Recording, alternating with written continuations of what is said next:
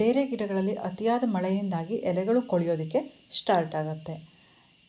ಇದಕ್ಕೆ ಡೇರೆ ಗಿಡಗಳಿಗೆ ಬರುವಂಥ ಕೊಳೆ ರೋಗ ಅಂತ ಹೇಳ್ತೀವಿ. ಇದರಿಂದಾಗಿ ಗಿಡಗಳಲ್ಲಿ ಫಂಗಸ್ ಆಗೋ ಚಾನ್ಸಸ್ ಕೂಡ ಇರುತ್ತೆ.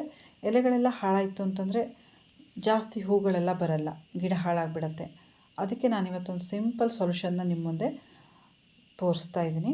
ಹಾಗೆಯೇ ಇದೊಂದು ಲಿಕ್ವಿಡ್ನ ನೀವು ಗಿಡಗಳಿಗೆ ಸ್ಪ್ರೇ ಮಾಡಿಕೊಂಡ್ರಿ ಅಂತಾದರೆ ಗಿಡಗಳಲ್ಲಿ ಬರುವಂತಹ ಎಲೆ ಮುರುಟು ರೋಗ ಇರುತ್ತಲ್ಲ ಅದು ಕೂಡ ಕಂಟ್ರೋಲ್ ಆಗುತ್ತೆ. ಹಾಗೆಯೇ ಸ್ವಲ್ಪ ಹಳದಿ ಆಗುತ್ತಲ್ಲ ಗಿಡಗಳಲ್ಲಿ ಎಲೆಗಳು ಮತ್ತು ಗ್ರೋತ್ ಇರಲ್ಲ ನೋಡಿ, ಅವುಗಳಿಗೆಲ್ಲ ಇದೊಂದು ಸಿಂಪಲ್ ಸೊಲ್ಯೂಷನ್. ತುಂಬಾ ಸುಲಭವಾದ ಒಂದು ಲಿಕ್ವಿಡ್ ಇದು.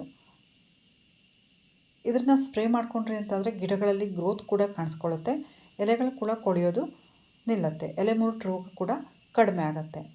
ಅದರ ರಿಸಲ್ಟ್ ಕೂಡ ನಿಮ್ಮ ಮುಂದೆ ಇವತ್ತು ಕೊನೆಯಲ್ಲಿ ಶೇರ್ ಮಾಡ್ತಾಯಿದ್ದೀನಿ.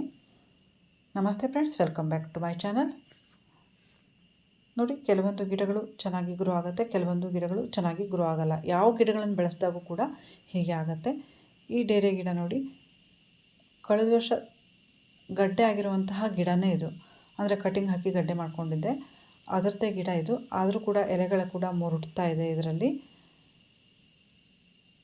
ಸ್ವಲ್ಪ ಪ್ರಮಾಣದಲ್ಲಿ ಎಲೆಗಳು ಕೂಡ ಕೊಳ್ತಿದೆ, ಹಾಗೆ ಗ್ರೋತ್ ಕೂಡ ಏನೂ ಇಲ್ಲ ಇದರಲ್ಲಿ. ಅದಕ್ಕೆ ನಾನು ಈ ಗಿಡಕ್ಕೆ ಕೂಡ ಸ್ಪ್ರೇ ಮಾಡ್ಕೊಂಡಿದ್ದೀನಿ. ತುಂಬ ಚಿಕ್ಕ ಗಿಡಕ್ಕೆ ಕೂಡ ಇದನ್ನು ಸ್ಪ್ರೇ ಮಾಡ್ಕೋಬೋದು. ನೋಡಿ ಯಾವ ರೀತಿ ಎಲೆಗಳೆಲ್ಲ ಕೊಳೆಯೋದಕ್ಕೆ ಸ್ಟಾರ್ಟ್ ಆಗಿದೆ ಅಂತ. ಈ ವರ್ಷ ಸ್ವಲ್ಪ ಪ್ರಮಾಣದಲ್ಲಿ ಮಳೆ ಕಡಿಮೆ ಇದೆ, ಇದರಿಂದಾಗಿ ಎಲೆ ಕೊಳೆಯುವಂಥ ರೋಗ ಸ್ವಲ್ಪ ಕಡಿಮೆ ಇದೆ. ತುಂಬ ಜಾಸ್ತಿ ಮಳೆ ಆಗೋದಕ್ಕೆ ಸ್ಟಾರ್ಟ್ ಆಯಿತು ಅಂತಂದರೆ ಜಾಸ್ತಿ ಕೊಳೆ ರೋಗ ಬರುತ್ತೆ.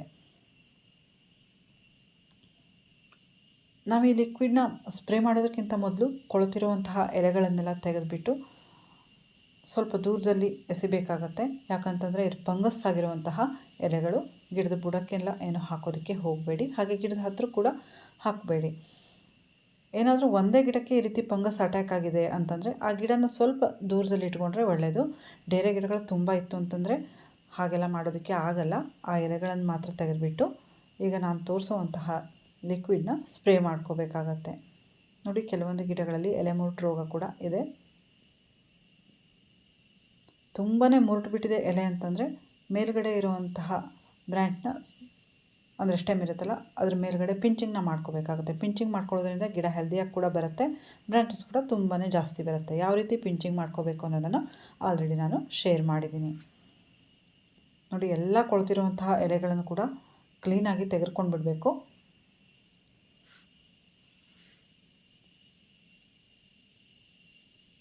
ಅತಿಯಾದ ಮಳೆಯಿಂದಾಗ ಅಷ್ಟೇ ಈ ರೀತಿ ಜಾಸ್ತಿ ಕೊಳೆ ರೋಗ ಅಟ್ಯಾಕ್ ಆಗೋದು. ಈ ವರ್ಷ ಮಳೆ ಕಡಿಮೆ ಇರೋದ್ರಿಂದ ಅಷ್ಟೊಂದು ಕೊಳೆ ರೋಗ ಅಟ್ಯಾಕ್ ಆಗಿಲ್ಲ. ನೋಡಿ, ಮೊಗ್ಗುಗಳೆಲ್ಲ ಬರ್ತಾ ಇದೆ.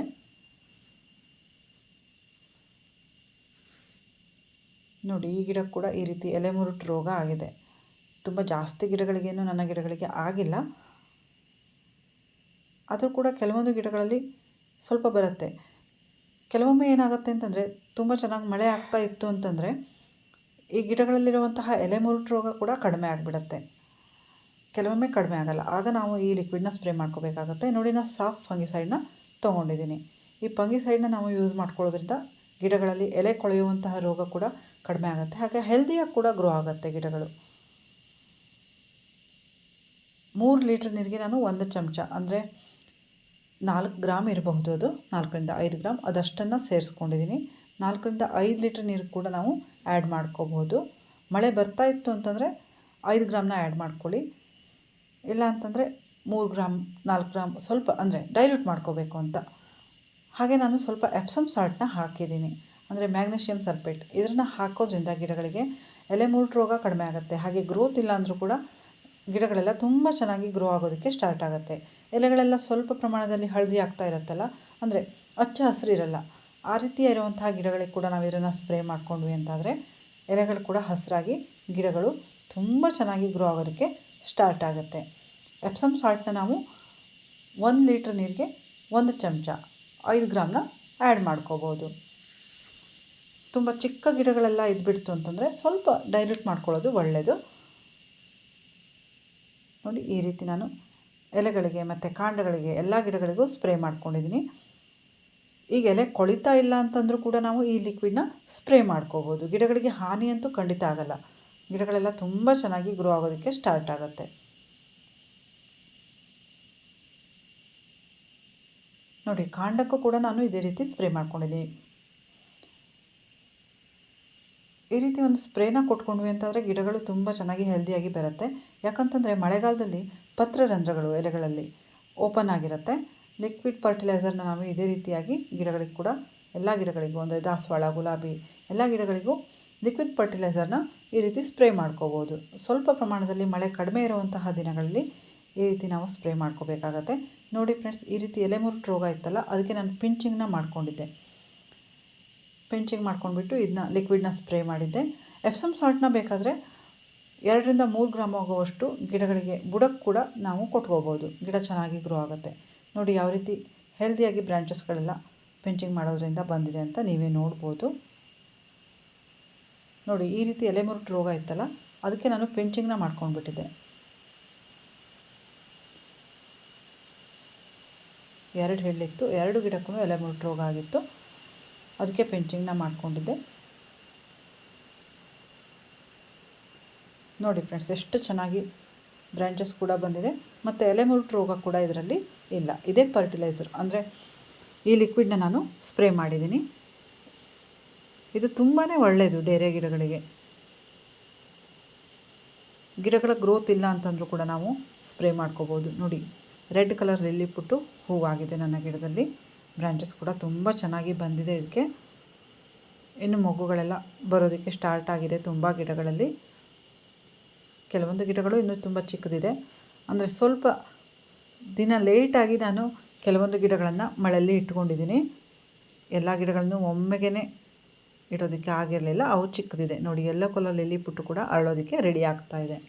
ಹಾಗೆಯೇ ಆರೆಂಜ್ ಕಲರ್ ಕೂಡ ರೆಡಿ ಆಗ್ತಾಯಿದೆ ಅರಳೋದಕ್ಕೆ.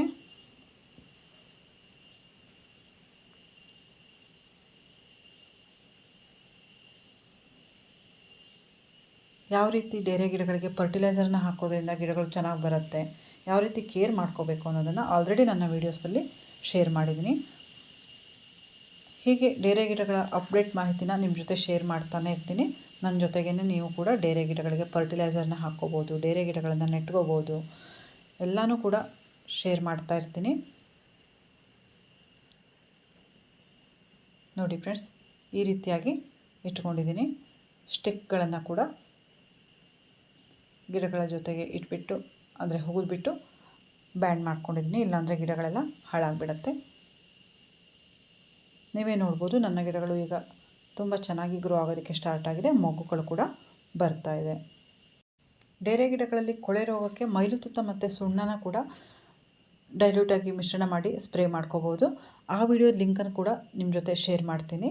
ಕಳೆದ ವರ್ಷ ನಾನು ಅದನ್ನು ಶೇರ್ ಮಾಡಿದ್ದೆ, ಎಂಡ್ ಕಾರ್ಡಲ್ಲಿ ಹಾಕಿರ್ತೀನಿ, ಬೇಕಾದರೆ ಚೆಕ್ ಮಾಡ್ಕೊಳ್ಳಿ.